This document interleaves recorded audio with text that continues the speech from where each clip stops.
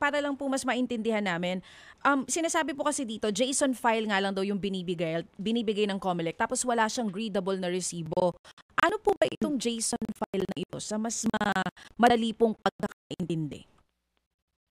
Ang isunod pag sinasabi po natin JSON file, gusto po natin sabihin, ang makakabasa lang po niyan ay yung machine o yung computer. Kumbaga encrypted. Sinasabi ng COMELEC ay sinasabi po natin encrypted. Ang tawag dito, hindi po siya basta magbabasa ng consumer.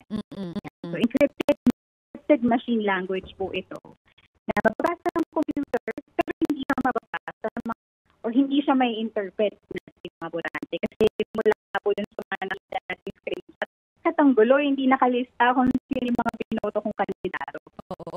Ang ilan po ng COMELEC naman daw dyan, kaya daw hindi binibigyan ng readable na resibo para daw po maiwasan yung vote buying. Ito po ba sa tingin po ng inyong grupo na Computers Professional Union, sapat na justification considering yung naging epekto rin ng confusion dun sa mga botante po natin? Ang tingin po natin, hindi siya sapat na justification. Kasi una sa lahat, di ba dito nga sa local elections, nakakatanggap tayo ng resibo. Nakikita natin na kung sino yung mga binoto natin. Tsaka Chacha, di ba pag nagpapadala tayo ng pera online, meron tayong natatanggap na resibo. Nakikita natin, email confirmation, nagpadala tayo ng ganitong certain amount ng pera, may timestamp, pinadala natin kay halimbawa kay Juan de la Cruz at may transaction number. So kumbaga doon sa mga digital transactions na natin, laging may resibo. So si COMELEC, tama naman na kailangan matiyak niya na protektado ang ating mga boto.